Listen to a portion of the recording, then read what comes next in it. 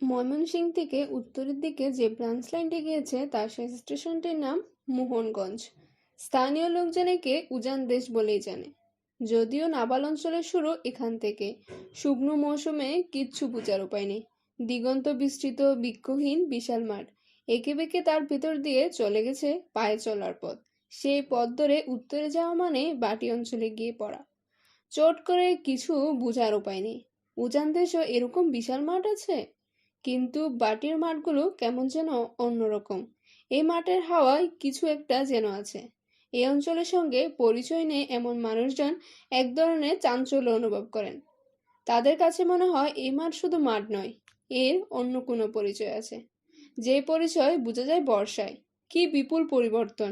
মাঠ কোথায়? এ তো বিশাল সমুদ্র, জল থই থই করছে চারিদিকে। প্রকাণ্ড সব ঢেউ উঠেছে, গুম গুম শব্দ আসছে কোনো গোপন জায়গা থেকে। এ কেমন দেশ!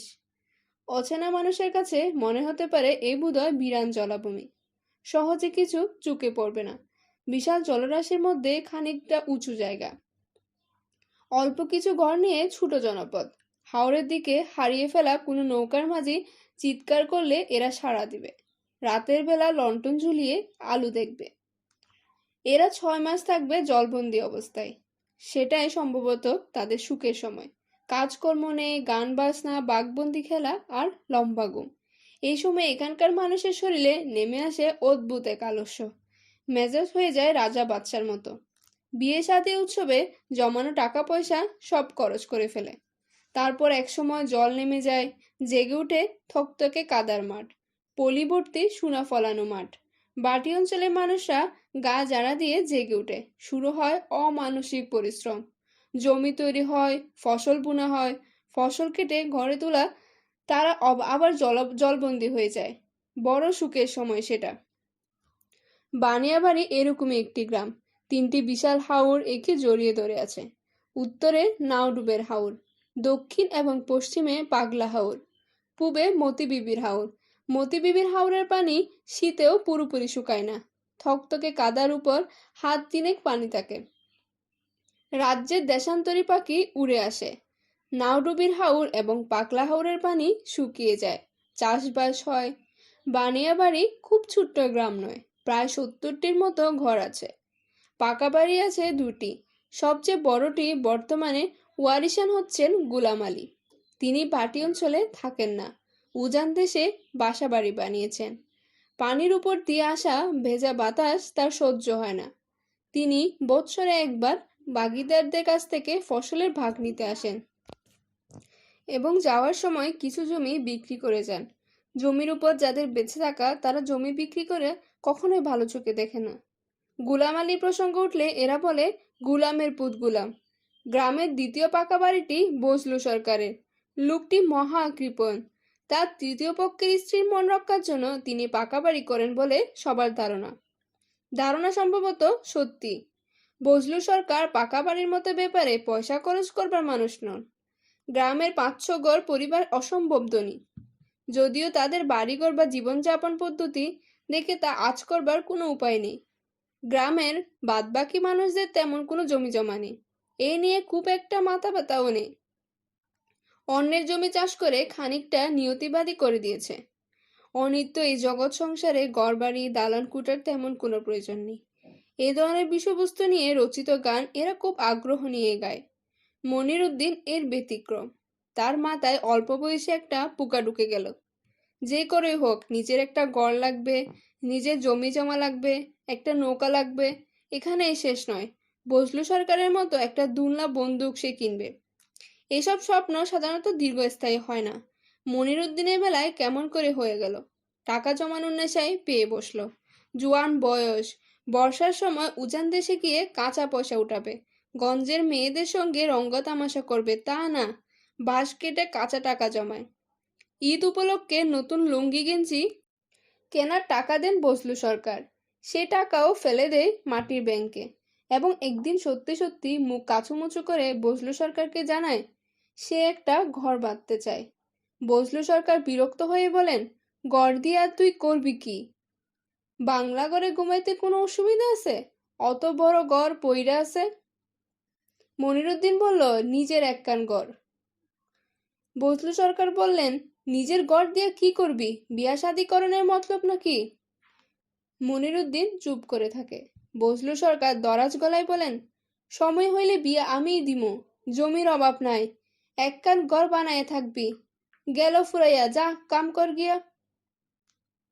মনিরুদ্দিন বলল, নিজের একখান ঘর করতাম চাই। বজলু সরকার বললেন, নিজের ঘর বিষয়টা কি? মনিরুদ্দিন বলল, জমি কিনা ঘর বানাইতে চাই। বজলু সরকার বললেন, তুই জমি কিনবি, পয়সা কই পাবি? মনিরুদ্দিন বলল, জমাইছি। বজলু সরকার বললেন, কত জমাইছিস? যা নিয়ে আই। টাকা তেমন কিছু না, কিন্তু এখানকার জমি সস্তা, ঘর বানানোর মতো জমি কেনা যায়। বজলু সরকার গম্ভীর হয়ে বলেন, টাকা নষ্ট করণের দরকার দেখি না, ঘর বানাইবার শখ হইছে, ঘর বানা। পুরান বিটার কাছে আমার জমিটা পইরা আছে, জঙ্গল সাফ কইরা ঘর তুল। মনিরুদ্দিন বলল, টাকাটি রাইখা দেন। বজলু সরকার বললেন, নিজের কামলার কাছ থেকে জমি বেচুম, পাইছুস কি তুই আমারে? ওইটা তুরেই দিলাম আমি, যা বাঘ। মনিরুদ্দিন বলল, একটা দলিল। বজলু সরকার বলল, আরে বেটা, আমারে দলিল দেখায়? হইব, দলিলও হইব, যা যা, বিরক্ত করিস না। দেখতে দেখতে মানকুচু আর হেলেঞ্চের জঙ্গল কেটে চমৎকার একটা গড় তুলে ফেলল মনিরুদ্দিন। বজলু সরকার সেই গড় দেখে কেন জানি অস্বাভাবিক গম্ভীর হয়ে গেলেন। লোকজন বলতে লাগলেন, পিরিতির গন্ধ পায়। হারামজাদা পিরিত করছে, অকন বিয়া করব, ঘর সাজায়, পাকনা উঠছে হারামজাদার। পিরিতের ব্যাপারটা সত্যি না, তবে ঘর সাজানোর ব্যাপারটা মনিরুদ্দিনের উৎসাহে সীমা নেই। গঞ্জে গেলে এটা সেটা কিনে আনছে ঘরের জন্য। একবার কিনলো একটা কাঠের চেয়ার, বিরাট ওজনের সে চেয়ার। শীতের মৌসুমে গঞ্জ থেকে সে চেয়ার গাড়ি করে আনতে হলো তাকে। 11 মাইল রাস্তা, সোজা কথা নয়। পিঠের ব্যথায় কাজে যেতে পারে না, শুয়ে থাকতে হয় 2 দিন। বজলু সরকারের স্ত্রী রহস্য করে বললেন, কেমন চেয়ার দেখুন লাগে, হাতির মতো জুয়ানো কাবু হইছে। চেয়ারটা আমারে দেখাইস রে মনির। মনির বলল, গরিব মানুষের চেয়ার আম্মা। তুই এখন আর গরিব নাই, থানার দারোগাইলে অখন তোর বাড়িতে গিয়া উঠবো, চেয়ার আছে, টেবিল আছে। মনির বলল, টেবিল নাই, অখন নাই, 2 দিন পর হইব। টেবিল হয় না, তবে গ্রামের লোকজন অবাক হয়ে দেখে মনির টিন কিনছে, টিনের ঘর বাঁধবে। ব্যাপারটা কি কেউ বুঝতে পারে না। বজলু সরকার বলেন, বেকুব মানুষ, কি করব কও? 2 দিন পর দেখবা ইট কিনতাছে, দালান দিব। সত্যি সত্যি এক বর্ষায় নৌকায় করে 1 গাদা ইট কিনে আনে মনিরুদ্দিন। বজলু সরকার চোখ কপালে তুলে বলেন, বিষয়টা কি? মনিরুদ্দিন নিচু গলায় বলে, উঠানের মধ্যে দিমু, বাতলার সময় ঝড় প্যাক কাদা হয়। হইছে কি তোর, ক দেখি? ভূতে ধরছে না জিনে ধরছে? বেটা, তুই জমিদার হইছস? বজলু সরকারের স্ত্রী বলেন, এরে বিয়া দেত, বিয়ার সময় হইলে মরদ মানুষে উল্টাপাল্টা কাম করে। বজলু সরকার বললেন, এরে বিয়া করব কে, পাগল ছাগল? বিয়ার ব্যাপারে তেমন কোনো আগ্রহ দেখা যায় না। এক একটা বর্ষা যায়, নতুন নতুন কিছু জিনিসপত্র আসে তার বাড়িতে। তারপর এক সময় প্রায় জোর করে বজলু সরকার তার বিয়ে দেন। মেয়ে পাশের গ্রামের, কমলাকান্দর। হতদরিদ্র বাবা মার 6 ছেলে মেয়ের সবচেয়ে বড় মেয়ে শরীফা, 14 বছরের রুগা একটা মেয়ে। সে স্বামীর সম্পত্তি দেখে বিস্ময়ে হতবাক হয়। কি সুন্দর টিনের ঘর, ঘরের ভেতরে কাঁঠাল কাঠের বিশাল সিন্দুক। সে ভয়ে ভয়ে বলে, কি আছে সিন্দুকে? মনির উদাস গলায় বলে, কিছু নাই। একদিনে কিছু হয় না, আস্তে আস্তে হয়। সিন্দুকটা ঝাড়ফুঁক করবি, ময়লা না হয় যেন, খবরদার। শরীফা বাধ্য মেয়ের মতো মাথা নাড়ে। নতুন বউকে মনির বড় ভালো লাগে, কিন্তু এই কথাটা বউকে সে জানতে দিতে চায় না। জানলে লাই পেয়ে যাবে, মেয়ে জাতকে লাই দিতে নেই। মনির বউয়ের জন্য শাড়ি কিনে আনে, অবহেলার সঙ্গে ফেলে রাখে সিন্দুকের উপর। হঠাৎ পেয়ে শরীফা বিস্ময়ে সীমা থাকে না। ভয়ে ভয়ে জিজ্ঞাসা করে, শাড়ি কার? মনিরুদ্দিন এমন ভাব করে যেন শুনতে পায় না। তারপর নিতান্ত বিরক্ত মুখে বলে, শাড়ি পিনতারে মানুষ এ বাড়িতে আর কেউ আছে? শরীফা কল্পনাই করতে পারে না, 3টি শাড়ি থাকা সত্ত্বেও সে আরেকটি শাড়ি কিনতে পারে। সে দীর্ঘ সময়ে নাকের সামনে শাড়িটা ধরে রাখে। নতুন শাড়িতে মারের গন্ধটা তার বড় ভালো লাগে। শুধু শাড়ি নয়, আরও সব জিনিসপত্র কাঠের সিন্দুকের উপর পড়ে থাকতে দেখা যায়। স্নুর কুটা, এক শিশি গন্ধরাজ তেল, এক জোড়া স্পঞ্জের স্যান্ডেল। এত সৌভাগ্য শরীফার ভয় করে, আবার বড় আনন্দও হয়। সবসময় ইচ্ছে করে স্বামীর জন্য কিছু একটা করতে, সেই সুযোগ বড় একটা আসে না। মনিরকে ঘরেই পাওয়া যায় না। ভূতের মতো পরিশ্রম করে, সবসময় চিন্তা কি করে বাড়তি 2 পয়সা আসবে। মাটির ব্যাংক ভরে উঠবে, জমি জমা কিনবে, গোয়াল ঘরে থাকবে নিজের গরু, গঞ্জে যাবে নিজের একটা নৌকায়। দিন কারুর একভাবে যায় না। আজ সে হতদরিদ্র, তার মানে এই নয় যে সারা জীবন সে হতদরিদ্রই থাকবে। একদিন না একদিন সে দুলনা বন্দুক কিনবে, সেই দিনও খুব দূরে নয়। গভীর রাতে মাঝে মাঝে তার সেই সব স্বপ্নের কথা সে শরীফাকে বলে। ও শরীফা, কিতা? পাকা দালান দিমু বুঝছস, 2তলা দালান। শরীফা কিছু বলে না। দেখবি একদিন লাখের বাতি জ্বলবে আমার বাড়িতে। লাখের বাতি কি জিনিস? শরীফা অজ্ঞতায় মনির হাসে, ব্যঙ্গে কিছু বলে না। লাখের বাতি হচ্ছে পুরনো কালের একটা উৎসব। কেউ লক্ষপতি হলে একটি উৎসব করা হয়। সে উৎসবে লম্বা বাঁশের মাথায় বাতি জ্বালিয়ে রাখা হয়। দূর দূরান্তের মানুষ সেই বাতি দেখে এবং বলা বলি করে লাখের বাতি জ্বলছে। শরীফা, লাখের বাতি জ্বলব করে দেখিস, জ্বললে কেমন হইব ক দেহি। কিছু না বুঝে শরীফা বলল, ভালোই হইব। শরীরে আছে কামকরণের শক্তি, শরীরই শক্তির আসল। মনির একটা হাত রাখলো শরীফার দিকে। শরীফার বড় লজ্জা লাগে, আবার ভালোও লাগে। কবির হোসেন ভিড়ের মধ্যে দাঁড়িয়ে আছেন। ভিড়টা ছেলের টুকরাদের। একজন মানুষ সাপের কামড়ে মরতে বসেছে, অথচ বয়স্ক লোকজন কেউ নেই। এর কারণ কি? রহস্য কিছু একটা নিশ্চয় আছে। জিজ্ঞেস করবার লোক নেই। জোহরের নামাজের সময় হয়ে যাচ্ছে, অজু করে আজান দিতে হবে, কিন্তু তার উঠতে ইচ্ছে করছে না। এখানে যেসব কাণ্ড কারখানা হচ্ছে সেসব দেখাও ঠিক হচ্ছে কিনা তাও বুঝতে পারছেন না। আল্লাহ খুদার নাম নেওয়া হচ্ছে না। এটা কি ব্যাপার? একটা লোক ক্রমাগত হিন্দু দেবদেবীর নাম বলে যাচ্ছে, এ কেমন কথা? উজাদের সাপের বিষ নামাতে তিনি আগেও দেখেছেন, সেখানে দেবদেবী নিয়ে এতটা বাড়াবাড়ি করা হয় না। উজারা নানান ছড়া টড়া বলেন, এ উজা সেরকম নয়। কবির হোসেনের মনে হলো এর দম ফুরিয়ে আসছে, মন্ত্র তন্ত্র বেশিক্ষণ চালাতে পারবে না। গত 8 ঘন্টায় সে 3বার পানি খেয়েছে এবং খানিকটা পানি নিজের মাথায় ঢেলেছে। এই মুহূর্তে সে ফতুয়ার পকেট থেকে একটি বিড়ি বের করে উদাস ভঙ্গিতে টানছে, যেন সে সমস্ত উৎসাহ হারিয়ে ফেলছে। এখন হাত মুখ ধুয়ে বাড়ি চলে যেতে চায়, কিংবা 4টা ডাল ভাত খেয়ে কাঁঠাল গাছের নিচে আরাম করে বসতে চায়। কবির হোসেন বললেন, ভাই আপনার নাম কি? নিবারণ শব্দ করে তুতু ফেলে বিরস মুখে বলল, নিবারণ। আমার নাম নিবারণ, 10 গায়ের লোক আমারে চিনে।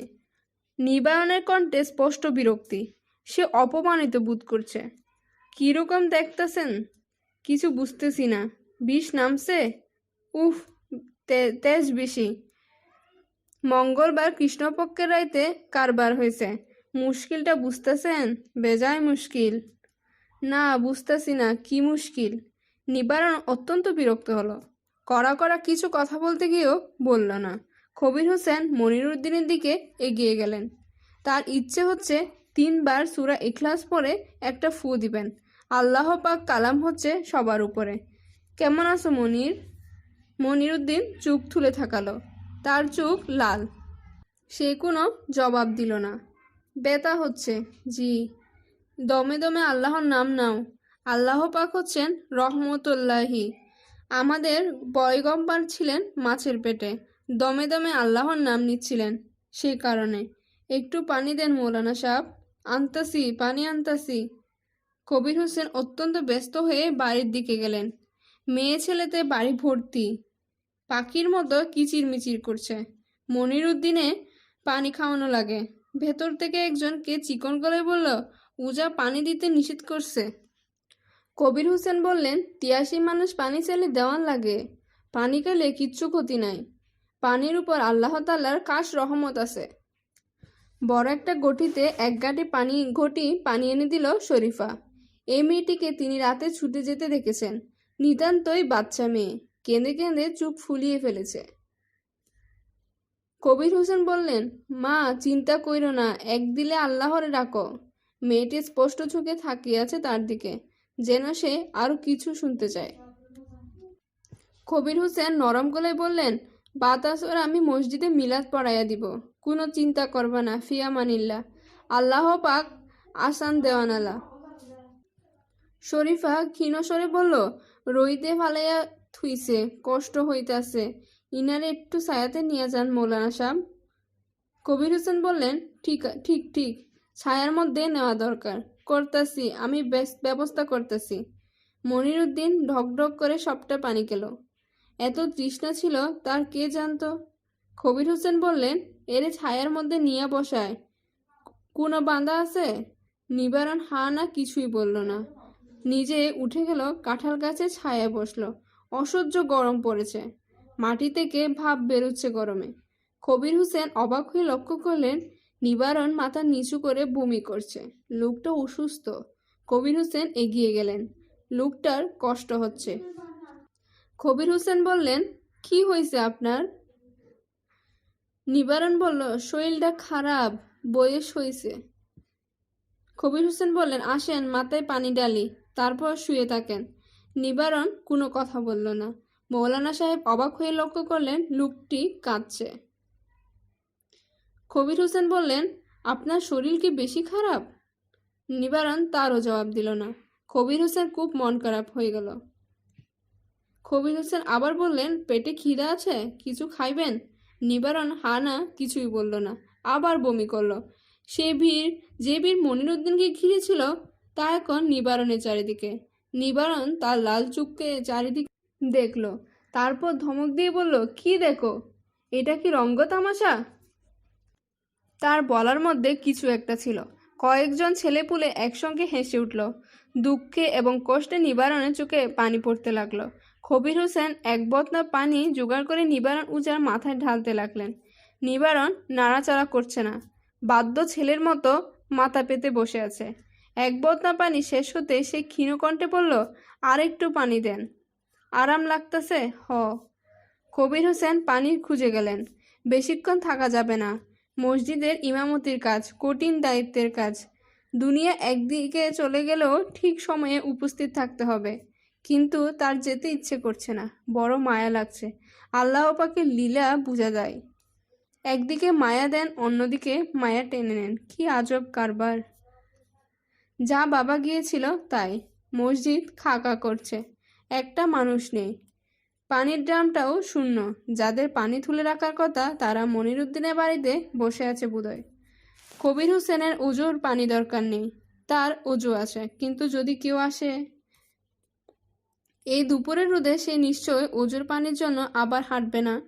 কষ্ট কেউ করতে চায় না, একটু রোদ একটু গরম এতেই সবাই কাহিল। অথচ রাসূল সাল্লাল্লাহু আলাইহি ইসলামের দেশে আগুনের মতো গরম মরুভূমি। সে গরমের দেশেও লোকজন নামাজের জন্য মসজিদে আসে। নিশ্চয় বহু দূর থেকে হেঁটে হেঁটে আসে। একা একাই কবির হোসেনের নামাজে দাঁড়ালেন। সূরা ফাতিহা শেষ হওয়া মাত্রই চট করে তার মনে হলো সাপের কামড়ের কোনো দোয়া কি আছে? বোধহয় নাই। মরুভূমির দেশে নিশ্চয় সাপ নেই, থাকলে হাদিসে উল্লেখ থাকতো। কোন একটি চিন্তা মাথায় ঢুকে গেলে খুবই মুশকিল। সেটা মাথায় ঘুরপাক খেতে থাকে। শয়তানের কাজ, ইবলিস শয়তানের কাজ। নামাজের সময় মানুষের মনকে অন্যদিকে ঘুরিয়ে দেয়। শয়তানের দুঃখের হাত থেকে নিজেকে রক্ষা করতে পারছেন না। এই দুঃখ কবির হোসেনের মন ভার হয়ে গেল। তিনি কথা দিয়ে এসেছেন বাদ জোহর একটা মিলাদ পড়াবেন। হায় রে, একা একা মিলাদ হয় নাকি? কিন্তু কথা দিয়ে এসেছেন, কথা রাখতেই হবে। কথা দিয়ে যে কথা রাখে না তার জন্য কঠিন শাস্তির ব্যবস্থা আছে, কঠিন আযাব।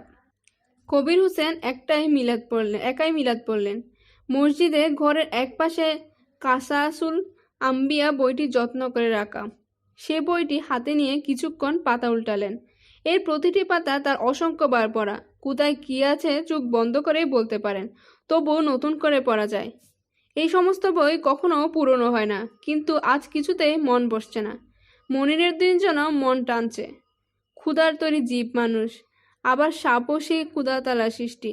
তবু কেন এই সাপ মানুষকে কামড়ায়? সাপের নিজের ইচ্ছাতেই কিছু করার উপায় নেই, কারণ আল্লাহ পাক পরিষ্কার বলেছেন তার হুকুম ছাড়া কিছুই হবে না। আজ যদি মনিরুদ্দিন মরে যায় তাহলে সেটা ঘটবে আল্লাহর হুকুমে।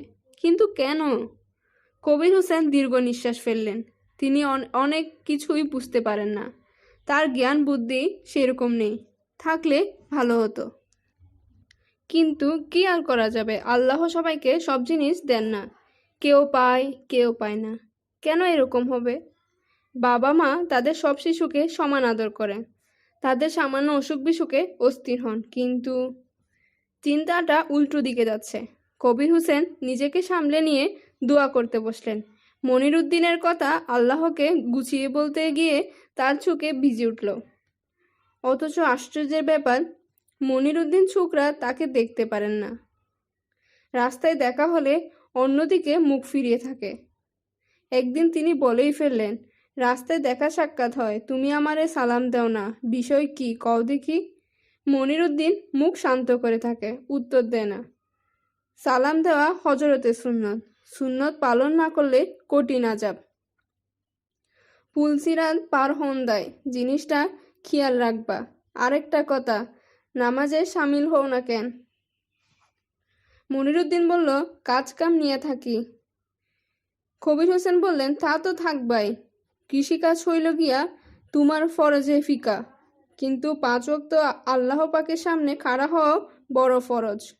খেয়াল রাখবা, 2 কান্দে 2 ফেরেস্তা, বিনা কালির কলমে তারা লিখতেছে, মহা বিপদ সামনে। তাতে কোনো লাভ হয়নি। এরপরও মনিরুদ্দিনের সঙ্গে দেখা হয়েছে।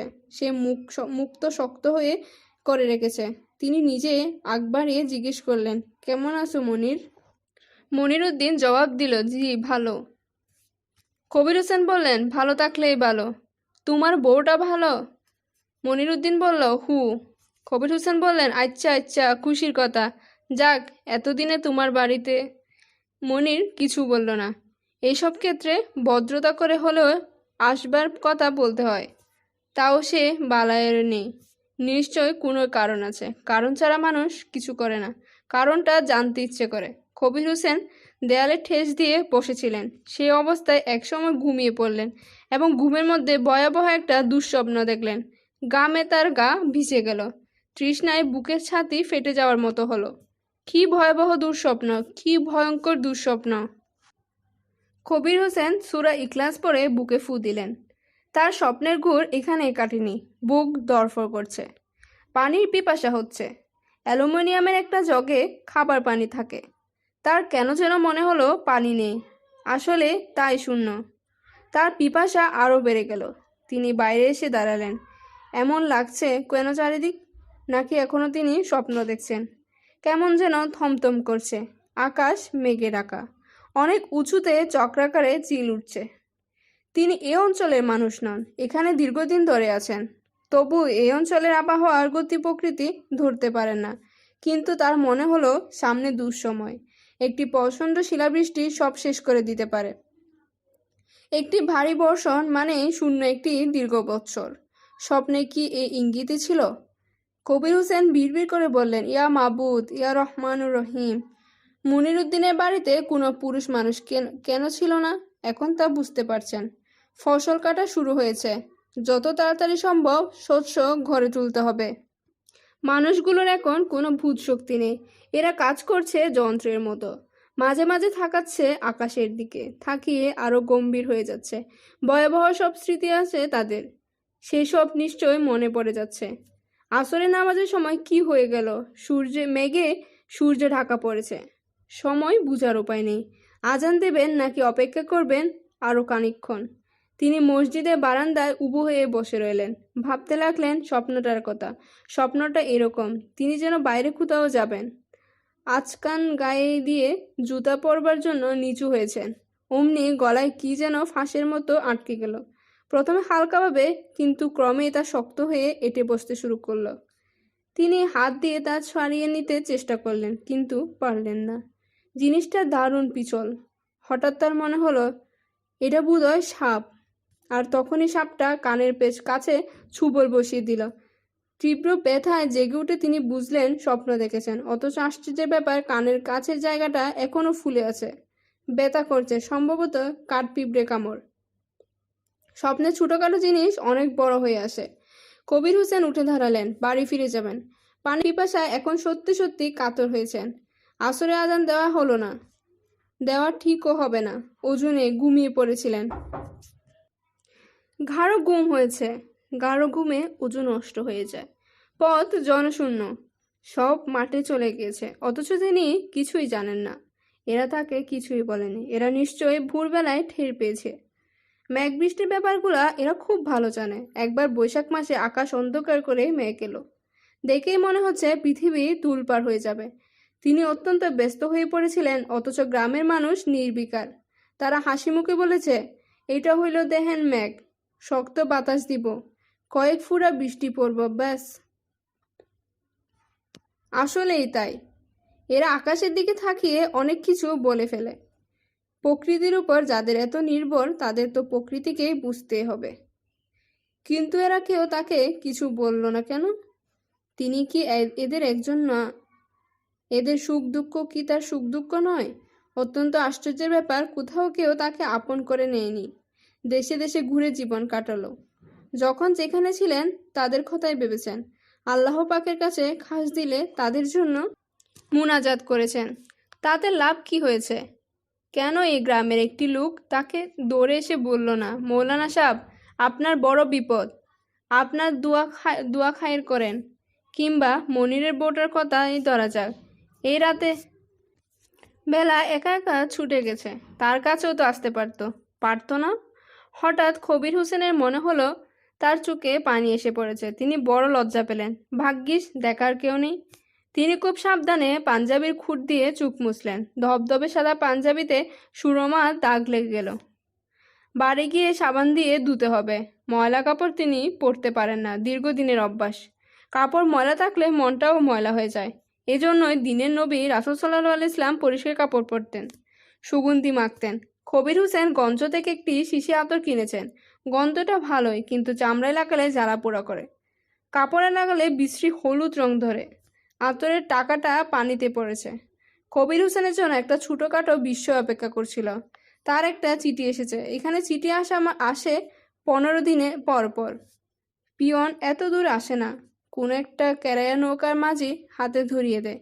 সে মাঝি চিঠি নিজে দিয়ে যায় না, ঘাটে গ্রামের কাউকে পেলে তার হাতে তুলে দেয়। 2-3 মাস আগের লেখা মলিন একটা খাম প্রাপকের কাছে কখনো পৌঁছে না। দরজার কাছে পড়ে থাকা খামটা তিনি গভীর মমতায় তুললেন। তার বাতিজির চিঠি। এই মেয়েটা তাকে চিঠি লিখবে এবং এত সুন্দর করে লিখবে যে ইচ্ছে হবে সব ছেড়ে ছুড়ে মেয়েটার কাছে বলে যেতে। কতবার এরকম হয়েছে। দিনাজপুরের পঞ্চগড় থাকবার সময় একবার এরকম হলো। ব্যাগ কাপড় চোপড় গুছিয়ে তিনি তৈরি, বাড়ি চলে যাবেন। শেষ পর্যন্ত যাওয়া হলো না। যাওয়া না যাওয়া তো মানুষের ইচ্ছার উপর না, আল্লাহ পাকের ইচ্ছার উপর। যেদিন তার হুকুম হবে সেদিন যেতেই হবে। তিনি চিঠি খুললেন। হাতের লেখা আগের মতোই সুন্দর না, কেমন আঁকা বাঁকা। মেয়েটার শরীর ভালো তো? চিঠির শুরুতেই আছে, চাচাজি, আমার 1,00,000 কোটি সালাম নিবেন। কবির হোসেন এই পর্যন্ত পড়েই চোখ বন্ধ করলেন।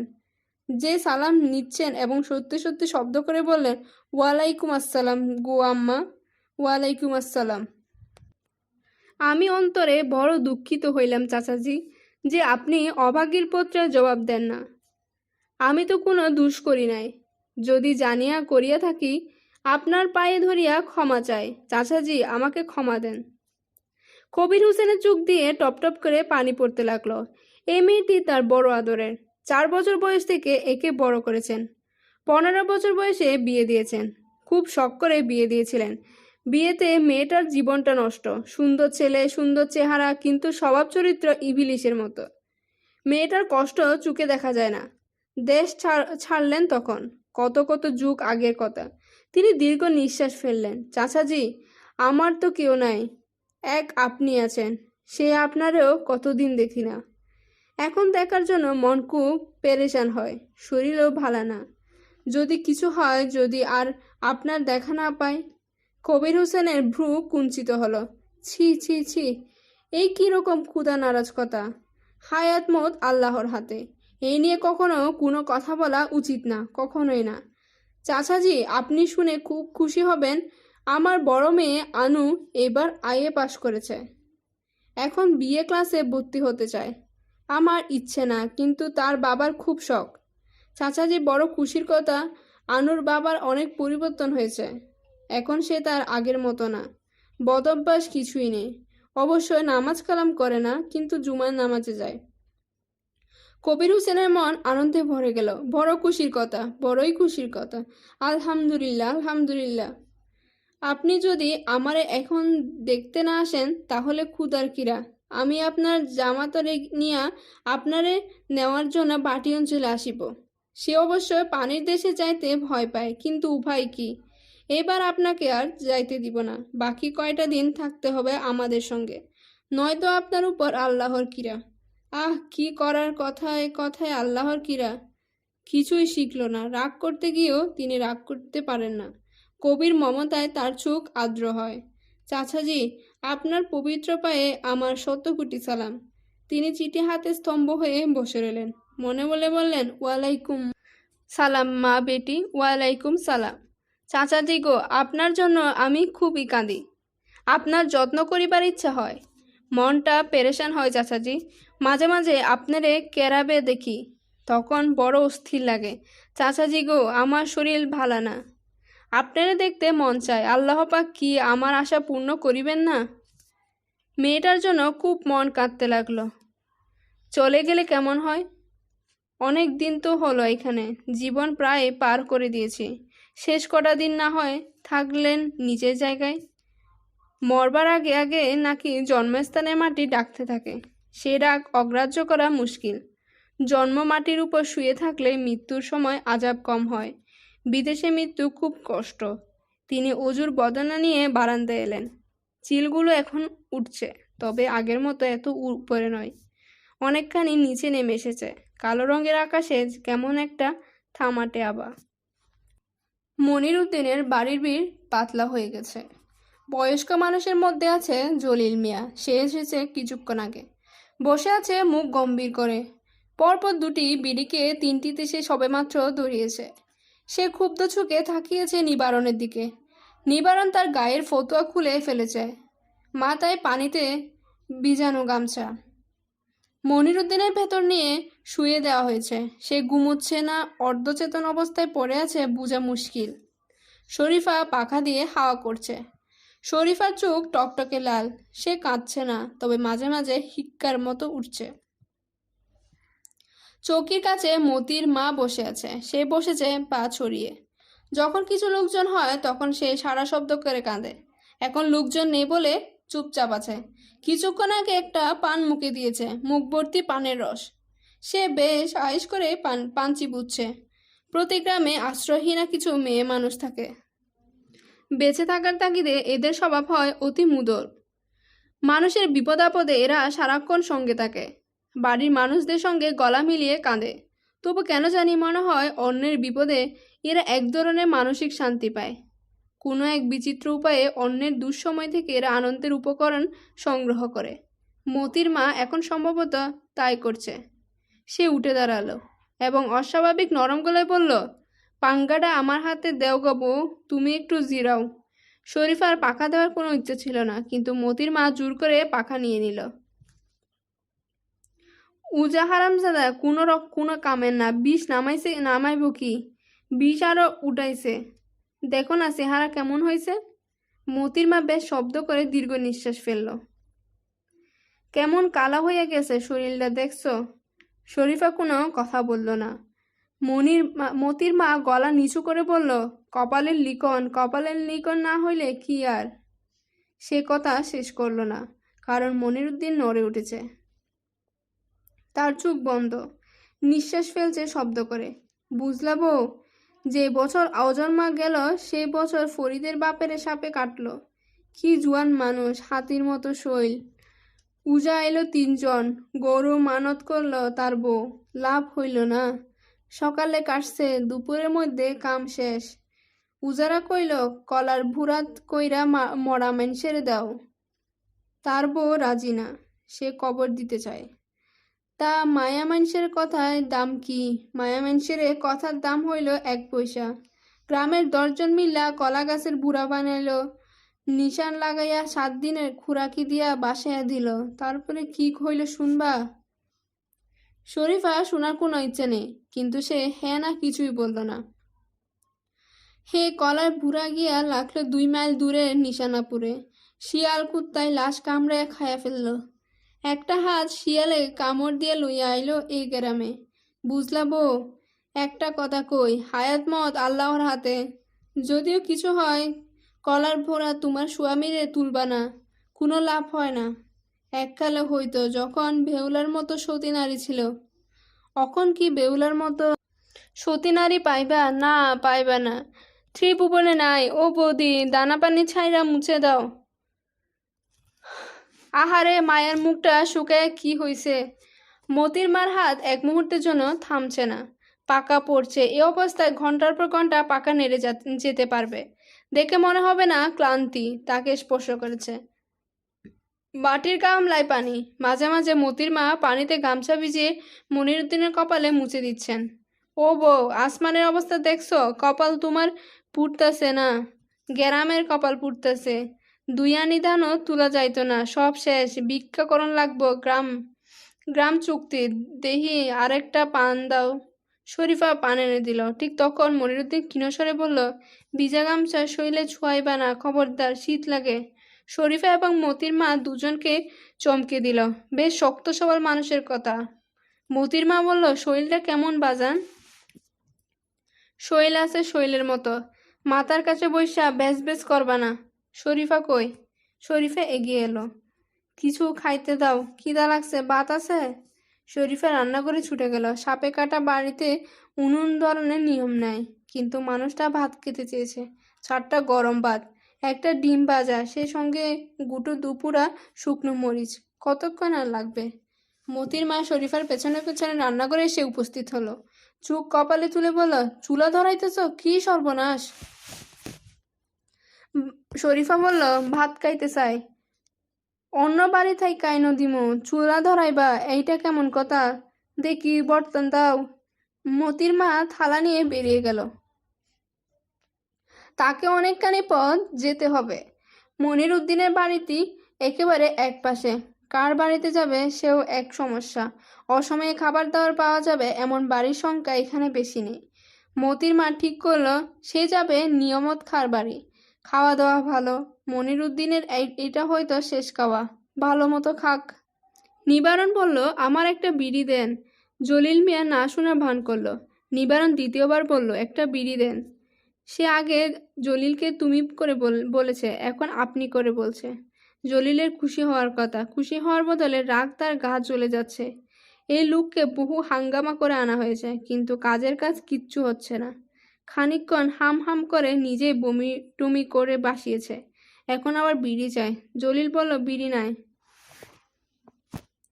নিবারণ বলল, হাতেরটা দেন। জলিল বিড়ির টুকরাটা ছুঁড়ে দিল, এমনভাবে দিল যেন নিবারণ উঠে গিয়ে আনতে হবে। নিবারণ তাই করল। জলিল বলল, অখন করবেন কি আপনি? নিবারণ বলল, করণের কিছুই নাই, কালা নাগের বিষ। জলিল বলল, কালা নাগের না হইয়া অন্য সাপের হইলে পারতেন। নিবারণ জবাব দিল না। জলিল কড়া করে বলল, শিং মাছের বিষ নামানির ক্ষমতা আপনার নাই। এটা কেমন কথা কন? যেটা সত্যি সেটাই কয়। আমি নিজ থাইকা তো বাবাজে আসি না, তুমি গিয়ে আমারে আনছ। বেকুবি করছি বাজান, অখন আমার বাড়িতে যাওন দরকার। শরীরটা জুত নাই, খুব বেজুত। রুগী মরে মরে আপনি বাড়িতে যাওয়ান চিন্তা? বইয়া থাকেন, লাভ নাই। বইয়া থাকতে আপনার কইকে মন্ত্রতন্ত্র পড়েন, কড়ি চালনা দেন, কড়ি চালন জানেন? নিবারণ লাল চুকে থাকিয়ে রইল। তাকে অপমান করার চেষ্টা করছে। এটা নতুন কিছু না, অতীতে তার জীবনে অনেকবার ঘটেছে। হয়তো রুগীর বাড়ি গিয়ে উপস্থিত হয়েছে, মন্ত্রতন্ত্র পড়া শুরু করার কিছুক্ষণ পরেই রুগীর চুপ উল্টে গেছে। রুগীর আত্মীয় স্বজন চড়াও হয়েছে তার উপর, যেন মৃত্যুর দায়ভার তার, যেন সে সাপকে শিখিয়ে দিয়েছে একে কাটবার জন্য। এখানেও তাই হবে। আগের ভক্তি শ্রদ্ধা মানুষের মনে নাই, মুন্নিগণ্যি ও নাই। বিশ্বাসের বড়ই অভাব। বিশ্বাস ছাড়া এ দুনিয়ায় কিছুই হয় না। নিবারণ উদাস গলায় বলল, জলিল ভাই, আমারে দিয়া আসেনের ব্যবস্থা করেন, শরীরটা খারাপ। কি যে পাগলের কথা কন, দিনের অবস্থা দেখেন, কি দিয়া আইব? যে আমারে আনছে হে, আমার খেতেন যাওয়া লাগবো। এই যে আয়া বইলাম না, পায়রা বইলাম, দুস্থ মানুষের মইরা যাইতাছে, তো আপনি যাই কেমনে? জলিল তার জবাব না দিয়ে উঠে গেল। অনেকখানি সময় সেইখানেই কাটিয়েছে, উচিত হয়নি। সে বসে থাকার কোনো লাভ হয়নি। নিবারণ থাকিয়ে দেখলো জলিল হন হন করে যাচ্ছে, একবারও পিছনে ফিরে থাকাচ্ছে না। বিশ্বাস মানুষের মন থেকে উঠে গেছে। মানুষের মনে ভক্তি নাই, শ্রদ্ধা নাই, কিছুই নাই। মানুষগুলো এমন হয়ে যাচ্ছে কেন? নিবারণ তলপেটে ব্যথা অনুভব করলো। প্রচণ্ড খিদে লেগেছে। খিদে লাগলেই পেটে ব্যথা হয়, বমি বমি ভাব হয়, দিন বোধ হয় শেষ। সে একটি দীর্ঘ নিঃশ্বাস ফেলল। গা থেকে খুলে ফেলা ফতুয়াটা ভাঁজ করে কাঁধে রাখলো। খাওয়ার জোগাড়ের ব্যবস্থা দেখা দরকার। সাপে কাটা বাড়িতে রান্না হয় না, কিন্তু অন্য বাড়ি থেকে খাওয়া আসতে দোষ নেই। সেদিকে কারো নজর নাই, তার দিকে কে নজর দিবে? নিবারণ উঁচু গলায় বলল, মা লক্ষ্মী, একটু জল দাও। শরীফা বের হয়ে এলো, হাতে অ্যালুমিনিয়ামের একটা জগ। নিবারণ নিচু গলায় বলল, বাড়ির ভেতরে গিয়া কন আমি বিদায় নিতাছি, বহু দূরের পথ। শরীফা তীক্ষ্ণ কণ্ঠে বলল, যাইবেন কেন? কিছু করণের নাই, কালানাগের দংশন। শরীফা শীতল গলায় বলল, রুগী ভালো আছে, আপনি যাইয়েন না, থাকেন, ভালো কইরা ঝাড়েন। নিবারণ নিজের কানকে বিশ্বাস করতে পারছে না। বলে কি এ মেয়ে, রুগী নাকি ভালো আছে? এতক্ষণ শেষ হয়ে যাওয়ার কথা, কি কইলা? রুগী ভালো আছে, ভিতর আইসা দেখেন। কও কি তুমি? খাওয়া দাওয়া করেন, ভালো কইরা ঝাড়েন। তুমি রুগীর কে হো, পরিবার? শরীফা মাথা নাড়ল। যে ঝাড়া দিয়েছে এর উপরে ঝাড়া নেই, কি করবা কও? মানুষের বিশ্বাস নাই, বুঝলা? এই নিবারণে ঝাড়ার কারণে 3 দিনে মরা হাইটটা বাড়িতে গেছে। আমার উস্তাদ ছিল, পাপ মুখে তার নাম নেওয়া যায় না, কিন্তু মা এই উস্তাদের নামে দোহাই দিলেও অকনো বিষ আটকাই যায়। দেন আপনি দুস্থ উস্তাদের নাম দোহাই দেন, পাপ মুখে তার নাম নেওয়া যায় না। মা লক্ষ্মী, আমি পাপী মানুষ না, আপনার উপর আল্লাহর কিরা লাগে। শরীফ আর ঝরঝর করে কেঁদে ফেলল। নিবারণের মনটা খারাপ হয়ে গেল। আহারে, বাচ্চা মেয়ে কি কষ্টের মধ্যে পড়েছে। সে উদাস গলায় বলল, কাইন্দো না, ব্যবস্থা করতেছি, চিন্তার কিছু নাই। কালা গায়ের দুধ আরেক বাটি জোগাড়, দেখো বিষের গতিটা দেখি। অত্যন্ত উৎসাহের সঙ্গে নিবারণ মুখে পানি ছিটাতে লাগলো। শরীফা বলল, রুগীর সঙ্গে কথা কইবেন? কথা কনের অবসর নাই, মেলা কাম বাকি। নিবারণ লাল গামছা মাথায় জড়িয়ে নিল। তার চোখ জলজল করছে, ক্রান্তির ছিটেফুটাও এখন তার মধ্যে নেই। উঠোনের মাঝখানে দাঁড়িয়ে চারিদিক তাকালো। আশেপাশে লোকজন বিশেষ নেই, কয়েকটা ছেলে ছোকরা, তাতে কিছুই যায় আসে না। চরকির মতো সে তার ডান হাত ঘুরাতে শুরু করলো। এতগুলো মানুষ মাঠে কাজ করছে, এটা বোঝার কোনো উপায় নেই। কারো মুখে কোনো কথা নেই। ধান কাটার ব্যাপারটা অনেকখানি আনন্দ আছে। ধানের গোছা স্পর্শ করার আনন্দ, তার ঘ্রাণে আনন্দ। এই সময়টায় শিশুরা সারা মাঠে ছুটাছুটি করে। বাবারা কপট ভঙ্গিতে ধমক দেয়, দামালি করিস না। শিশুরাও টের পায় এটা কপট রাগ, তারা আরও হইচই করে। কিন্তু আজকের পরিবেশটা ভিন্ন। একদল ধান কাটছে, অন্য দল কাটা ধান অতি দ্রুত ঘরে নিয়ে যাচ্ছে। কোনো দিকে থাকানোর অবসর নেই। তবু এরা মাঝে মাঝে তাকাচ্ছে আকাশের দিকে। যতবার তাকাচ্ছে ততবারই তাদের মুখে শঙ্কার ছায়া গাঢ়তর হচ্ছে। মাঠ রক্ষার জন্য একজন ফিরাইল আছে। লম্বা কালো রঙের পাঞ্জাবি গায়ে ফিরাইলের চেহারা হয়েছে ছাইবর্ণ। তার বিদ্যার পরীক্ষা হবে আজ। আসন্ন ভয়াবহ দুর্যোগ থেকে মাঠকে সে কি করে রক্ষা করতে পারবে? গত 2 মাস ধরে মাঠে সে বাস করছে। ছোট্ট একটা টং বানিয়ে দেওয়া হয়েছে মাঠের মাঝখানে। খাওয়া দাওয়া ঘুমানো সবই এখানে। গত 2 মাস এই মাঠের শস্য সে রক্ষা করেছে, শেষ মুহূর্তে সে কি পারবে? ফিরাইল সাহেব, গতিক কেমন বুঝেন? ফিরাইল জবাব দেয় না। তার হাতে পাকা বাঁশের দুহাত লম্বা লাঠিটি ক্রমাগত ঘুরে। ভিড় করে তিনি ক্রমাগত কি সব পড়েন। লাঠির সঙ্গে সঙ্গে তিনি নিজেও ঘুরেন। ফিরাইল সাহেব, উত্তর দিক দিয়ে বাতাস ছাড়ছে, উত্তর পশ্চিম কোণা, টের পান? ফিরাইল মাথা নাড়েন। তিনি জানেন, তিনি সব জানেন। তিনি লক্ষ্য রাখছেন, যা করবার তিনিই করবেন। এক জায়গায় তিনি দাঁড়িয়েও থাকেন না, কিছুক্ষণ পর পর জায়গা বদল করছেন। তাই নিয়ম। তবে একটা সময় আসবে যখন তিনি তার জায়গা বদল করবেন না, এক জায়গায় দাঁড়িয়ে আকাশ নিয়ন্ত্রণের চেষ্টা করবেন। সেরকম ক্ষমতাবান ফিরাইল হলে তিনি দুর্যোগ টেনে নেবেন নিজের শরীরে। কত হয়েছে এরকম? খুব বেশি দিনের কথাও নয়, বছর 10 আগে ঠিক এরকম অবস্থা হলো। মাঝরাতে হঠাৎ আকাশ কালো হয়ে রাজ্যের শব্দ হতে লাগলো। বিকট শব্দ নয়, খুব দৃঢ় শব্দ। ভীতসন্ত্রস্ত মানুষ দলে দলে বের হয়ে এলো। তারা দেখলো ফিরাইল সাহেব তার লম্বা বাঁশের লাঠি নিয়ে সমস্ত মাঠ জুড়ে উন্মাদের মতো ছুটাছুটি করছেন। মাঝে মাঝে আকাশের দিকে তাকিয়ে হুঙ্কার দিচ্ছেন। সে হুঙ্কার ছড়িয়ে যাচ্ছে চারিদিকে। তিনি হুঙ্কার দেন, সঙ্গে সঙ্গে আকাশ হুঙ্কার দিয়ে তার জবাব দেয়, যেন আকাশ এবং মানুষের যুদ্ধ। এক সময় আকাশে এক মাথা থেকে অন্য মাথা পর্যন্ত বিদ্যুৎ জ্বলছে উঠল। ফিরাইল দুহাত উঁচু করে ধরলেন। পৃথিবী কাঁপিয়ে বজ্রপাত হলো। ফিরাইল লুটিয়ে পড়লেন মাটিতে। নিজের জীবন দিয়ে রক্ষা করলেন শস্যের মাঠ। আজকে ইনি কি তা পারবেন? ইনার চেহারা ছেলে মানুষের মতো, গলার স্বর মেয়েদের মতো চিকন, কথা বলেন মধুর স্বরে। ফিরাইলের সে কঠোরতা এর মধ্যে নেই, তবু এ লোকও খুব নামি লোক। অতীতে বহু মাঠ রক্ষা করেছেন, হয়তো এটাও করবেন। বজলু সরকার সে দুপুর থেকে মাঠে আছেন, দাঁড়িয়ে আছেন এক জায়গাতেই। যেখানে আছেন তার চারপাশে অনেকখানি জমি তার। লক লক করছে পাকা ধান। কি পুরষ্ট গুছা! বজলু সরকার আফসোসের একটা শব্দ করলেন। 30 জন লোক একসঙ্গে তার জমিতে ধান কাটছে। 10 জন বাইরের উজান দেশের। উজানের অঞ্চলের লোকেরা পুরষ্ট ধানের গুছা ঠিক মতো ধরার কায়দা পর্যন্ত জানে না। তাদের কাজে মনও নেই। একটু পর পর বলছে, কই তা মুখ দেখি। একজন আবার মহাবাবু, সে সিগারেট প্যাকেট নিয়ে এসেছে, আয়েশ করে সিগারেট টানছে। কিছু দূর টানা হলে বন্দুকে দিচ্ছে, নিচু গলায় হাসি মস্করা করছে। আশ্চর্য, এই সময়ে কারো হাসি আসে? এটা হাসির সময়? কি সর্বনাশ হতে যাচ্ছে তা কি এই বেকুবগুলো বুঝতেও পারছে না? বজলু সরকার উঁচু গলায় ডাকলেন, জলিল, জলিল। জলিল কাস্তে হাতে উঠে এলো। বজলু সরকার কোমল গলায় বললেন, বউ একটু এইখানে বউ।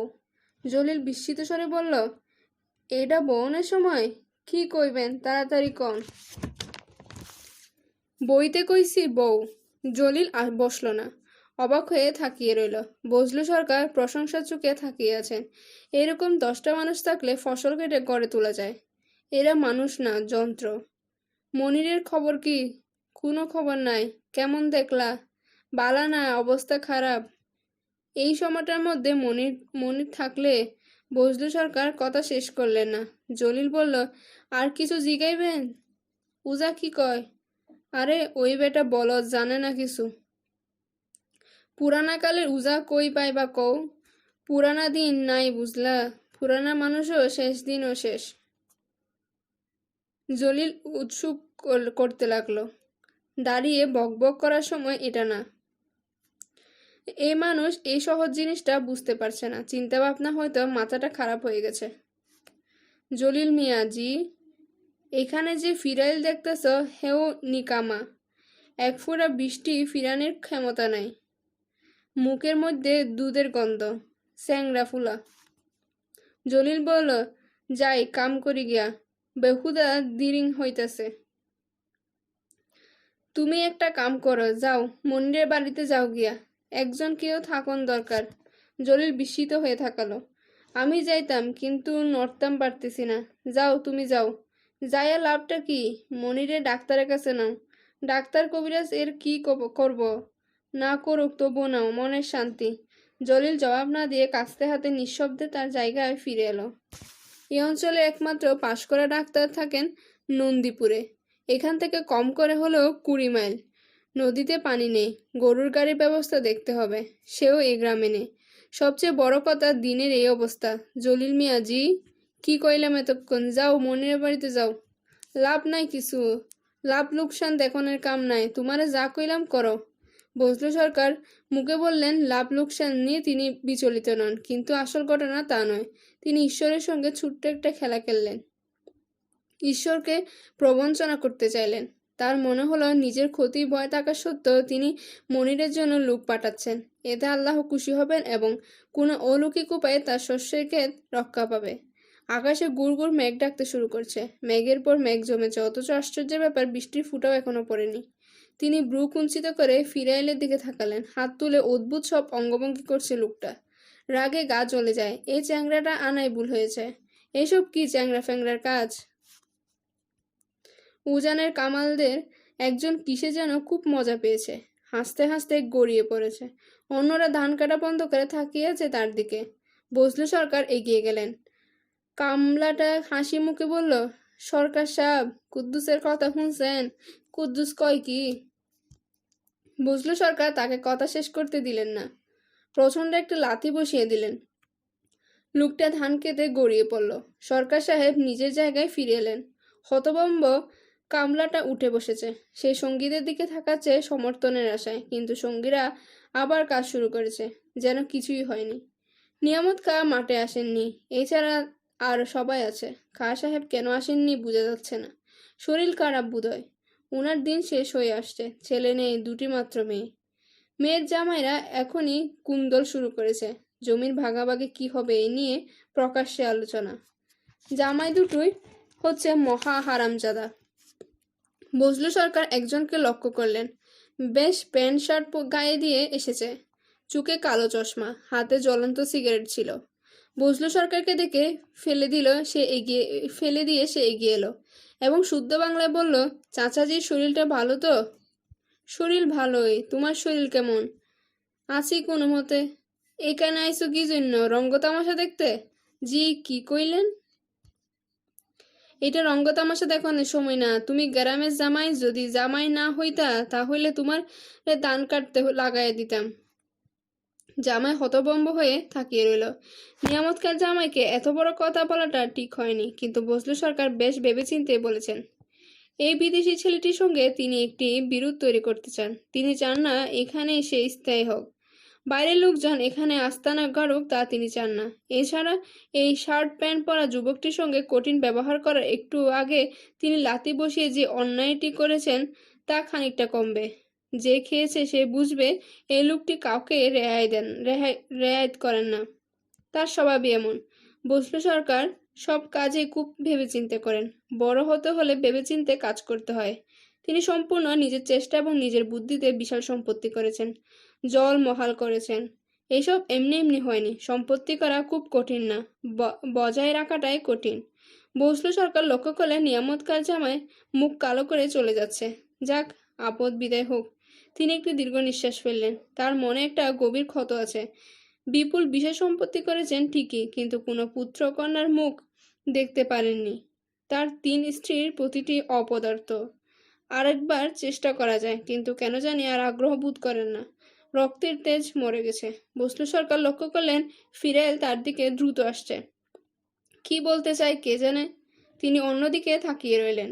এদের মুখের দিকে তাকিয়ে সরাসরি কথা বলতে ভালো লাগে না। সরকার সাহেব, বলেন। একটা কথা বলতে চাই আপনারে। বলেন, কি কথা? কথাটা একটু আড়ালে কইতে চাই। যা কওয়ার এখানেই কন। কানাকানি আমি পছন্দ করি না। কানাকানি করে মেয়ে লুকে। ফিরাইল ইতস্ত করেছেন। কথাটা যেন বলতে পারছেন না, আবার না বলেও পারছেন না। কি বলেন আপনার কথা? আপনি বাড়িতে গেলে ভালো হয়। বাড়িতে যান গিয়া। তিনি বিস্মিত হয়ে বলেন, কেন? দিনের অবস্থা খুব খারাপ। আপনার থাকলে অসুবিধা হইব। কি অসুবিধা? যারার পুত্র সন্তান নাই তারা মাঠে থাকলে আবার অসুবিধা। আমি ফিরাইতে পারতেছি না। কিছু একটা নিয়ম আছে সরকার সাহেব। অপরাধ নিবেন না, আপনি বাড়িতে যান। আমি চইলা গেলে তুমি ফিরাইতে পারবা? চেষ্টা করমু, অখন চেষ্টাও করতে পারতেছি না। কামলারা ধান কাটা বন্ধ করে অবাক হয়ে ফিরে এলে কথা শুনছে। বসলু সরকার প্রথমবারের মতো তীক্ষ্ণ চোখে লোকটিকে দেখলেন। এই কি শুরুতে দুধের বাচ্চা বলে মনে হয়েছিল, এখন হচ্ছে না। এ বুধয় পারবে। বসলু সরকার হাঁটতে শুরু করলেন। তার পা মনে হচ্ছে পাথরের মতো, টেনে নিয়ে যেতে কষ্ট হচ্ছে। আকাশে বজ্রের শব্দ, হালকা বাতাস ছাড়তে শুরু করেছে। সন্ধ্যা হয়ে আসছে। বসলু সরকার একবারও পেছনে ফিরে তাকালেন না। মতির মা খাবার নিয়ে এসেছে। এক গামলা ভাত, রুই মাছের 3টা বড় বড় দাগা, এক বাটি মাসকলাইয়ের ডাল। মনিরুদ্দিন তার কিছুই মুখে দেয়নি। 2-1 নলা মুখে দিয়ে থালা সরিয়ে দিয়েছে। শরীফা বলল, কি হয়েছে, খান না। মুখে দেওন চাই না, তরকারিতে লবণ দিছে 2 হাতে। একটা ডিম বাজ্যা দিই না, খিদা নাই। দেই একটা ডিম দেই। মনিরুদ্দিন তাকালো শরীফার দিকে। তার মুখ এতটুকু হয়ে গেছে। এমনভাবে ডিম বেজে আনার কথা বলছে যে মনিরুদ্দিন না বললে সে কেঁদে ফেলবে। শরীফা আবার বলল, লবণ ছাড়া বাজ্যা দিই, আচ্ছা দে। সে ডিমও মনিরুদ্দিন খেতে পারল না। মতির মা ভাত তরকারি দিয়ে এলো নিবারণকে। নিবারণ এমনভাবে খাচ্ছে যেন সে দীর্ঘদিনের উপবাসী। মতির মা লম্বা ঘুমটা টেনে বসে আছে। নিবারণ বলল, তরকারি ভালো হয়েছে।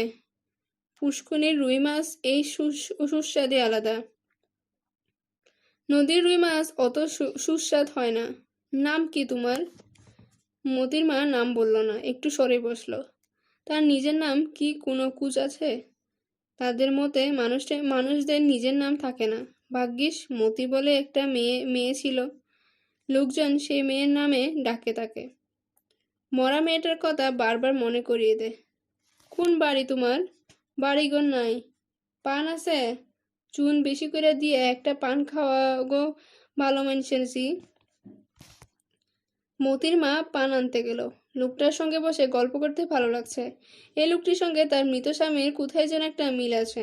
ওই মানুষটা বড় বড় নলা করে ভাত মাখত।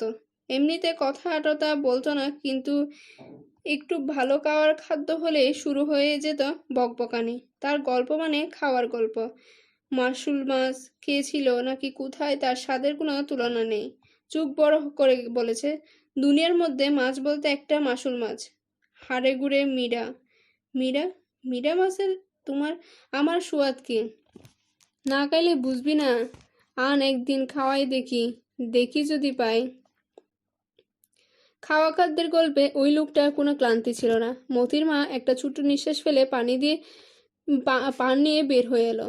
বাসের দরজায় হেলান দিয়ে নিবারণ ঘুমাচ্ছে, ঘাড় ঘুম। নিবারণের মুখ হা হয়ে আসে, লাল টুকটুকে জিভ অল্প অল্প নড়ছে। মতির মা তাকে ডাকলো না। পানের বাটা সামনে রেখে খানিকক্ষণ দাঁড়িয়ে রইল। তাকে যেতে হবে নিয়ামত খাঁর বাড়ি। অনেক কাজ সেখানে, ধান সিদ্ধ হচ্ছে, সিদ্ধ ধান করে নেওয়া হচ্ছে। কাজের মেয়ে অনেক আছে, আরও দরকার। নিয়ামত খাঁর বড় তরফের বউ তাকে হাত ধরে বলছে, তিরিং করিস না, ভাতের গামলা থুইয়া দৌড় দিয়ে আসবি। মতির মার যেতে ইচ্ছে করছে না। নিজের ইচ্ছে অনিচ্ছার কোনো ব্যাপার তার জীবনে দীর্ঘদিন ধরেই নেই। তাকে যেতে হবে। শরীফা মেয়েটা একা একা থাকবে। এমন দুঃসময়ে কাউকে একা থাকতে দেওয়া ঠিক না, কিন্তু এই সংসারে ঠিক ঠিক কাজটা কখনোই হয় না। বেঠিক কাজটাই সবসময় হতে দেখা যায়। জগৎ সংসারে এটাই নিয়ম। মতির মার চোখ হঠাৎ পানি এসে গেল। পানি আসার কোনো কারণই নেই। কেন এরকম হলো কে জানে। সে আর ঘরে ঢুকল না। সেখান থেকে ক্লান্ত গলায় বলল, ও শরীফা, আমি গেলাম, সন্ধ্যার পর আসমু। মতির মা উঠোনে নেমে ঠের পেলা বাতাস দিচ্ছে, বেশ ভালো বাতাস। এই বাতাস কি মেঘ উড়িয়ে নিয়ে যাবে? মতির মা আকাশের দিকে তাকালো। শরীফা ঘরে একটু কুপি জ্বালিয়েছে। সন্ধ্যা মিলানোর আগে কুপি ধরানো অলক্ষণে। এখন যেমন অন্ধকার করেছে, কুপি জ্বালানো নিশ্চয়ই দুষ হবে না। মনিরুদ্দিন বালিশে ঠেস দিয়ে কুপির আলোর দিকে তাকিয়ে আছে। শরীফা বসে আছে কুপির সামনে। মনিরুদ্দিন লক্ষ্য করলো শরীফা নাকে সবুজ রঙের পাথর বসানো একটা নাকফুল গাইন বেটিদের কাছ থেকে কিনেছে বোধহয়। গাইন বেটিরা ফসল তোলার আগে ডালা সাজিয়ে একবার আসে। পান খাওয়া লাল দাঁত বের করে বলে, কিনেন গো বইন, ভালা সদাই, দামের চিন্তা নাই, ধান উঠুক। গ্রামের বুকাশোকা মেয়েগুলো স্বামীকে লুকিয়ে জিনিসপত্র কিনে ঘর পূজায় করে। তরল আলতা, পিতা, রাংতা, কাঁচের চুড়ি, পাউডার, কাজল, লক্ষ্মীবিলাস, তেল, স্বামী সোহাগী সাবান, জিনিস কেনার ব্যাপারে শরীফার হাত খুব দরাজ। যাই দেখবে কিনে ফেলবে। গতবার কিনেছে পেথলের চিলুমুচি, সেখানে তার নিজের নাম লেখা, ফুল লতাপাতা আঁকা। এক কাটা চাল দিতে হয়েছে চিলুমুচির জন্য। এইসব জিনিস দেখেও না দেখার ভান করতে হয়। মেয়ে জাতের নিয়মই হচ্ছে অবিবেচকের মতো কাজ করা। তবু মাঝে মধ্যে নিয়ম রক্ষার জন্য দু একটা কড়া কথা বলতে হয় বলে মনির বলল, খামচা চিলুমুচি কিনলা কেন? শরীফা একে বেঁকে বলল, আমার নাম লেখা আছে। আমার সামনে লেখছে, কই দেখি। শরীফা আগ্রহ করে দেখায়, সত্যি সত্যি কি সব যেন লেখা, নামই হবে। বাজে খরচ মোটেই করবা না, বুঝলা? এই বাজে খরচ আমার পছন্দ না। বাজে করেছে সংসার নষ্ট। বলে মনিরুদ্দিনের মনে হলো কথাগুলো বেশ কড়া হয়ে গেছে। সে কিছুক্ষণ চুপ করে উদাস গলায় বলল, চিলিমুচি অবশ্যই দরকার।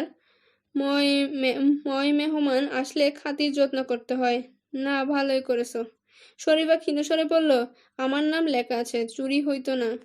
তাও ঠিক, চিহ্ন আছে, ভালোই হয়েছে। সিন্ধুকে তুইলা তো মাঝে মধ্যে তেঁতুলের পানি নিয়ে মাজবা।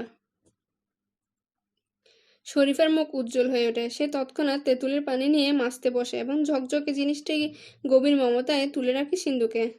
যদি কোনোদিন মেহমান আসে তাহলে এই জিনিসটি বেরুবে সিন্ধুক থেকে। মেহমান কেউ মনিরুদ্দিনের বাড়িতে আসে না, শুধু কিছুদিন পর পর আসে শরীফার ছোট ভাই অন্তু মিয়া। অন্তু মিয়ার বয়স 11, অসম্ভব রোগা। সমস্ত শরীরের ভেতর বড় বড় দুটো চোখ ছাড়া কিছুই নজরে পড়ে না। মাথা পরিষ্কার করে কামানো, সবুজ রঙের একটা লুঙ্গি এবং বেশ পরিষ্কার একটা গেঞ্জি পরে সে প্রায় দুলু পায়ে 7 মাইল হেঁটে বোনের বাড়ি এসে উপস্থিত হয়। দীর্ঘ পথশ্রমে ক্লান্ত হয়ে উঠোনে বসে পড়ে। আর দুপা হেঁটে ঘরে ঢুকায় যেন সামর্থ্য নেই। বড় বড় নিঃশ্বাস নেয়। দেখে মনে হয় এ বুঝি দম আটকে এলো। শরীফা ছুটে গিয়ে এক বত্তা পানি ভাইয়ের মাথায় ঢালে। অন্তুর খানিকটা আরাম লাগে। শরীফা জিজ্ঞেস করে, শরীর ভালো? অন্তু হাসুচক মাথা নাড়ে। মা জানেন শরীর। এবারও সে মাথা নাড়ে। মুখে তার কথা নেই। যা দু একটা বলে তা এতই ক্ষীণ স্বরে যে শরীফা ছাড়া অন্য কেউ বুঝতে পারে না। সে কখনোই খালি হাতে আসে না, কিছু না কিছু থাকে তার সঙ্গে। অতি সামান্য জিনিস, এক হালি ডিম, আধসের দুধ, একটি ছোট কাঁঠাল, এতে শরীফার চোখে আনন্দে পানি এসে যায়। বাপের বাড়ি জিনিস ঘুরিয়ে ফিরিয়ে কতবারই দেখে। এটা কোন গাছের কলারে? বিজরা তলার। হু, নে তুই কা। না, তুমি খাও। তৎক্ষণাৎ কলা ছিলে খেতে বসে শরীফা। তার বড় ভালো লাগে। গুড়ের লাহান মীরা, আরেকটা খাও। না থাক, তোর দুলাভাইরে দিমু। অন্তু মিয়া নিজের কিছু সম্পত্তি বাড়িতে থাকে, যেমন বুড়ো ছাগল এবং লাল মুরগি। বুড়ো ছাগলটিকে সে এনে রেখেছে কারণ সে টের পেয়েছে ছাগলটিকে তার মা বিক্রি করে দেবে। চৈত্র মাসে অভাবে দরিদ্র কৃষকদের ছাগল মুরগি সবই চলে যায়। বোনের বাড়িতে এই ছাগলটি থাকার অন্তু মনে খুব শান্তি পায়। বিক্রি হওয়ার ভয় নেই। এই অঞ্চলে চৈত্র মাসের অভাব এত প্রকট নয়। অন্তু মিয়া সারাদিন বোনের পেছনে পেছনে ঘুরে রোদ পড়তে আবার রওনা হয়ে যায়। রাতে সে কিছুতেই থাকবে না। মনিরুদ্দিন বলে, চৈত্র মাসে এমন কড়া দিনে এত ঘন ঘন আউন ঠিক না, অসুখে পড়ব। অন্তু মিয়ারে নিষেধ করবা। শরীফা ক্ষীণস্বরে বলে, নিষেধ করি? ভাতের লোভে আয়। মার বাড়িতে ভাত নাই, রুটি খায়। বড় মায়া লাগে মনিরুদ্দিনের। ভাতের লোভে দুদিন পর পর ছেলেটা আসে। সে যখন অন্তু মিয়ার মতো ছিল তখন কি ভয়ঙ্কর অভাব। ভাতের লোভে এ বাড়ি থেকে ও বাড়ি যেত। শরীফা, কি ভালো কইরা খাওয়াইবা অন্তুরে? থালা বইরা গরম ভাত দিবা। গাওয়া ঘি আছে, থাকলে ভাতের কিনারা দিবা মনে কইরা, ভুল হয় না যেন। ভাত খাওয়ার সময় মাঝে মাঝে মনিরুদ্দিন বসে অন্তুর সামনে। ক্ষুধার্ত বালকটির খাওয়া দেখতে ভালো লাগে। অন্তু মনিরুদ্দিনকে বড় ভয় পায়, সহজভাবে তার সামনে খেতে পারে না। শরীফা বলে, আপনার সামনে অন্তুর খাইতে শরম লাগে। শরম? শরমের কি আছে? খাওয়ানোর মধ্যে শরম কিছু নাই। লো, আর সাইডটা ভাত লো। তেঁতুল আছে, তেঁতুল দিয়া মাইখা খাও। অন্তু মিয়া হাঁসের মতো গলা টেনে টেনে ভাত খায়। মনিরুদ্দিন দরাজ গলায় বলে বসে, এবার ঈদে তোমারে টুপি আর পাঞ্জাবি দিমু। কচুয়া পাঞ্জাবি আর সাদা টুপি। না, তুমি সাদা পাঞ্জাবি চাও? অন্তু মুখ ভর্তি ভাত নিয়ে কোনো মতে বলে, কচুয়া। আচ্ছা ঠিক আছে, কচুয়া। অন্তু মিয়া কচুয়া পাঞ্জাবির কথা ভুলে না। যতবারই আসে শরীফার কাছে খুঁজে নিয়ে যায় দুলাভাইয়ের পাঞ্জাবির কথাটা মনে আছে কিনা। মনে না থাকলে যেন মনে করিয়ে দেয়। শেষ পর্যন্ত পাঞ্জাবিটা কেনা হয় না। শরীফার জন্য একটা মোটা পাড় শাড়ি, সংসারে দু একটা টুকিটাকি কিনে টাকার টান পড়ে যায়। বড় ঈদে কিনে দেওয়া যাবে এই ভেবে বাড়ি ফিরে মনিরুদ্দিন। অন্তুর জন্য বড় মায়া লাগে। সে দুপুরে কড়া রোদে হেঁটে এসেছে পাঞ্জাবির জন্য। ছেলে মানুষ সে, সংসারের টানাটানি এখন বোধহয় সেরকম বুঝে না। বড় ঈদে কিন্না দিমো বুঝলাম তো। জি আচ্ছা। মনিরুদ্দিন গম্ভীর গলায় বলল, বড় ঈদে না কিন্না দিলে আমি বাপের পুত না। বড় ঈদে তুমি আমার সাথে করবা। জি আচ্ছা। একদিন আগে চলে আইবা, একত্রে জামাতে যামু। জি আচ্ছা। বড় ঈদে অন্তু একদিন আসে, ঠিকই আসে, পাঞ্জাবি পায় না। সেই সময় মনিরুদ্দিন বড় দুঃসময়, একটা পয়সা হাতে নাই। খুব শর্মিন্দা হইলে তোর জামাতের সময়টায় মনিরুদ্দিন খুব অন্ধকার করে কাঁঠাল গাছের নিচে বসে থাকে। নামাজ যেতে ইচ্ছে করে না। শরীফাকে এসে বলে, নামাজে যাবো না, ঠিক করলাম। শরীফা চোখ কপালে তুলে বলে, কি সর্বনাশের কথা কন। ঈদের নামাজ গরিবের জন্য না, আল্লাহর নারাজের কথা কইেন না। অন্তরে লইয়া নামাজে যান। আর আপনার মনটা অত খারাপ করছেন কেন? ঈদ তো শেষ হয় নাই, আরও তো ঈদ সামনে আছে। কুপি জ্বলছে। তার লাল শিকার সামনে শরীফা বসে আছে নতমুখে। তার নাকের সবুজ ফুল অসম্ভব জ্বলজ্বল করছে। নাক ফুটলার দিকে তাকিয়ে আছে মনিরুদ্দিন। দরজার কাছে অন্তু মিয়ার বুড়ো ছাগল। সে মাথাটা ঢুকিয়ে সবাইকে দেখিয়ে দিল যে সে এসেছে, তবে এই মুহূর্তে ঘরে ঢোকার ইচ্ছে নেই। লাল মুরগিটাও ঘরের ভেতরে এক পা দিয়ে আবার বাইরে চলে গেল। অন্য মুরগিটাও তাই করলো। এরা শরীফা ডাকের অপেক্ষা করে। না ডাকা পর্যন্ত ঘরে ঢুকবে না। বারবার উকি দিয়ে নিজের উপস্থিতি জানান দেবে। মনিরুদ্দিন মৃদু স্বরে ডাকলো, শরীফা। কি? সিন্দুকের মধ্যে 200 টাকা আছে, তুই জানস? জানি। যদি আমার কিছু হয় ওই টাকাটি দিয়া পয়লা একটা কাম করিস। শরীফা ঠান্ডা গলায় বলল, কি কাম? অন্তু মিয়ার একটা পাঞ্জাবি, পায়জামা আর টুপি কিনা দিবি। শরীফা কিছুই বলল না, দৃষ্টি অন্যদিকে ফিরিয়ে নিল। মনিরুদ্দিন নরম গলায় ডাকলো, শরীফা। কি? কান্দস কেন? কাইন্দা কিছু হয় না, কান্দিস না। আমার মনে হয় না আমার কিছু হইব। অতক্ষণ যখন টেক্কা আছি, কিছু হওয়ার হইলে এর মধ্যে হয়তো। এখন শরীরটা ভালোই লাগতেছে। পাউডাতে ব্যথা নাই। আছে, ব্যথা আছে। সাপের বিষ সহজ জিনিস তো না, কঠিন জিনিস। একটা বিড়ি দে, তুষকের নিচে আছে। শরীফা বিড়ি এনে দিল। মনিরুদ্দিন লক্ষ্য করলো শরীফার ব্লাউজের একটা বোতাম এখনো খোলা, অথচ মুঠেও লক্ষ্য নেই দিকে। সকালে একবার বলেছিল, তারপরও হুঁশ হয়নি। একবার ভাবলো এ নিয়ে কিছু বলে, কিন্তু শেষ পর্যন্ত বলল না। হঠাৎ করে পায়ে অসম্ভব ব্যথা হচ্ছে। এ ব্যথা আগের মতো না, অন্যরকম ব্যথা। মনিরুদ্দিন বিড়ি ফেলে দিয়ে চেঁচিয়ে কেঁদে উঠল। সমস্ত দিনের মধ্যে এই প্রথম সে কাঁদল। অন্তু মিয়ার বুড়ো ছাগল ঘরে ঢুকে থাকিয়ে আছে মনিরুদ্দিনের দিকে। শরীফা। কি? আমার মামি যদি কোনোদিন ফিরে আসে যত্ন করিস। জলচকির উপরে বৈশা পাও ধুয়ে দিস। নিজের হাতে পাও ধোয়াবি।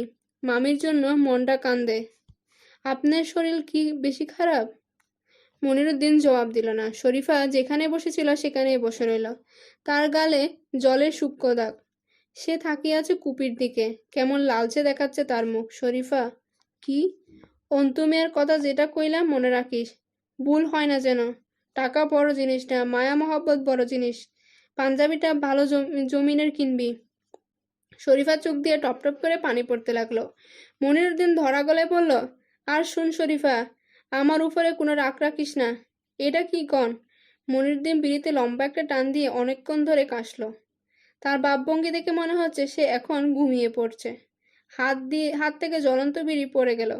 কিছু কিছু না, কিন্তু না, সে ঘুমাচ্ছিল না। কিছুক্ষণের মধ্যে নড়ে চড়ে উঠল। অস্পষ্ট গলায় ডাকলো, শরীফা, ও শরীফা। কি? কবির হোসেন লোকটারে মান্য করবি। ভালো লোক। আপনি চুপ চুপ করে থাকেন, একটু বাতাস করি। মনিরুদ্দিন হানা কিছুই বলল না। কবির হোসেন মাগরিবের নামাজের আজান দিলেন এবং বিস্মিত হয়ে লক্ষ্য করলেন বেশ কিছু লোকজন আসছে। তার মন আনন্দে পূর্ণ হলো। একটি লাইন পুরো হলেও মনে শান্তি। একজনের কথা আল্লাহ না শুনতে পারেন, কিন্তু 10 জনের মানুষ একত্রে দাঁড়ালে অন্যরকম জোর হয়। নামাজ পড়িও আনন্দ। অজুর পানি তুলা নেই, এটা একটা সমস্যা হতে পারে। সবাই এসে উজু করতে চাইবে এবং বিরক্ত হবে। অন্য একদিন যখন নামাজে যেতে ইচ্ছে করবে তখন যাবে না। এ অজুহাতে সে অজুর পানি নেই। মানুষের অজুহাতের শেষ নেই। এরা অন্ধকার থেকেও অজুহাত খুঁজে বের করে। কবির হোসেন আজান শেষ করে বারান্দায় এসে দাঁড়ালেন। না, লোকগুলো তার এখানে আসছে না। উত্তরের রাস্তা ধরে এগুচ্ছে। কোথায় যাচ্ছে? মনিরুদ্দিনের বাড়ির দিকে। কি মনিরুদ্দিনের কিছু হয়েছে নাকি? শক্ত বাতাস দিচ্ছে, মেঘ উড়ে উড়ে যাচ্ছে বাতাসে। এখন পর্যন্ত বৃষ্টির একটা ফোঁটাও পড়েনি। এরকম কিছুক্ষণ চললে হয়তো আকাশ পরিষ্কার হয়ে যাবে, ঝকঝকে তারা উঠবে। আল্লাহ ইচ্ছা করলে তার বান্দার উপর অনুগ্রহ বর্ষণ করেন। বান্দারা অন্ধকার বলে সেটা টের পায় না। ফাবিয়ারে আলা রাব্বুকা তুকাজ্জিবান। আল্লাহ পাকের নিয়ামত অস্বীকার করার কোনো পথ নেই। এই অনন্ত আকাশ, শস্যের বিশাল মাঠ, জলপড়া নদী সবই তার দান। নামাজে দাঁড়িয়ে কবির হোসেনের মনে হলো তিনি কান্নার শব্দ শুনছেন, কিন্তু এটা নিশ্চয়ই মনের ভুল। মনিরুদ্দিন বাড়ি অনেকটা দূর, এত দূর থেকে কান্নার শব্দ আসার কথা নয়। এটা অন্য কোনো শব্দ। আকাশ পরিষ্কার হয়ে আসছে, সেই আনন্দে হয়তো দল বেঁধে সবাই বের হচ্ছে। আবার কবির হোসেনের নামাজ গন্ডগোল হলো। রুকুতে না গিয়ে সিজদায় চলে গেলেন। শয়তান চলাফেরা করে রক্তে, সে এইসব করাচ্ছে। তুচ্ছ জাগতিক বিষয়ে তার মন ফিরিয়ে আনছে। হে আল্লাহ পাক, হে করুণাময়, তুমি শয়তানের হাত থেকে আমাকে রক্ষা করো। কিন্তু কান্নার শব্দটা সত্যি সত্যি আসছে। এর মানে কি? কে কাঁদছে? কাঁদছিল অন্তু মিয়া। সে খবর পেয়ে রওনা হয়েছে। তার শরীরটা ভালো না। মসজিদের কাছাকাছি এসে আর চলতে পারছে না। রাস্তার পাশে বসে শব্দ করে কাঁদছে। এবারও সে খালি হাতে আসেনি। তার লুঙ্গিতে খুঁটে কাঁচা সুপারি বোনের জন্য নিয়ে এসেছে। এরকম ভয়াবহ দুঃসময় পাওয়ার পরও সুপারিগুলো সে জোগাড় করেছে।